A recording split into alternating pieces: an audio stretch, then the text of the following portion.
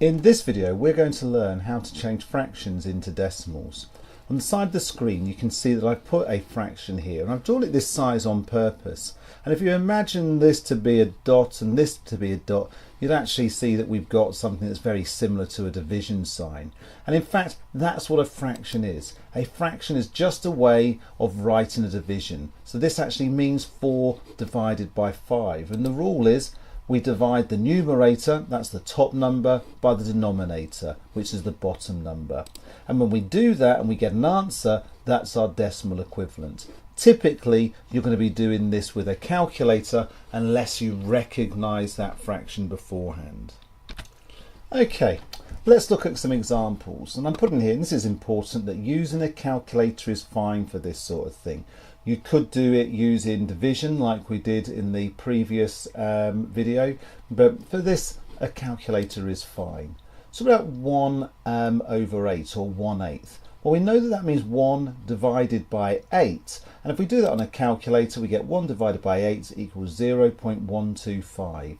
So 0.125 is the equivalent of 1/8. Let's look at another example. 5 over 12. Well, 5 over 12 means 5 divided by 12, and 5 divided by 12 is 0.416 recurring. Now we do have a different way of showing that, some different symbolisation, but we'll show that in a later video.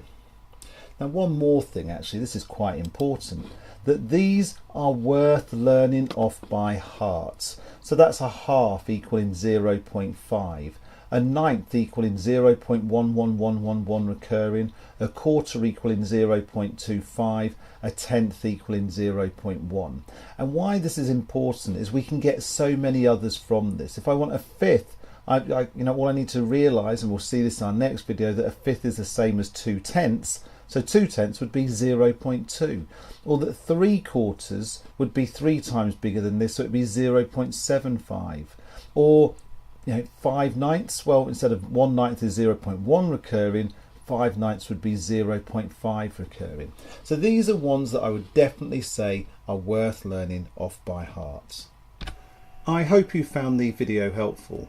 The video goes with a book that I'm writing for Year 9 Mathematics in New Zealand, and you can find a link to a copy of the book below, and that book is free for you to use and give to others. In the book you can find questions that go with this video, and in a link below this video you'll be able to find answers to those questions. Staying in field with Winfield.